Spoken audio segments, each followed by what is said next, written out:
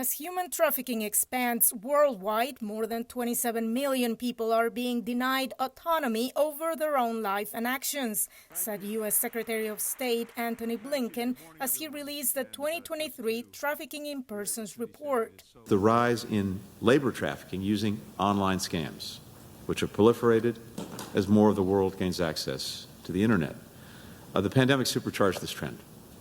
Traffickers capitalized on widespread unemployment to recruit victims with fake job listings and then force them to run international scams. Blinken also described male victims as an overlooked segment of trafficking. Now, for years, there's been a widely held but incorrect belief that trafficking affects exclusively female victims. This false perception has had some, quite frankly, devastating and tangible consequences, with far fewer support services typically allocated to male victims of trafficking.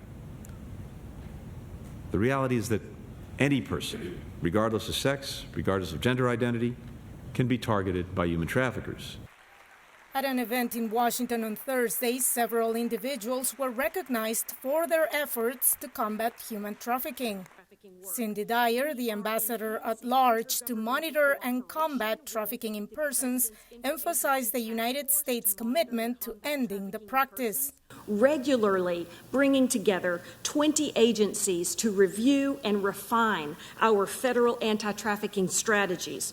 We are incorporating recommendations of survivors into our policymaking and programs. We are partnering with neighboring countries to reduce the risk of migrants falling prey to human traffickers. And we are championing partnerships with technology companies and financial institutions to better prosecute traffickers.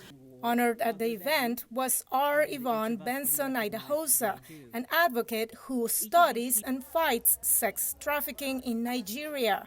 She called for those in power to do more. To world leaders who have the power to disrupt trafficking, systemic failures of national and international governments that prioritize profit over people and arbitrary rules over good conscience can no longer be countenanced.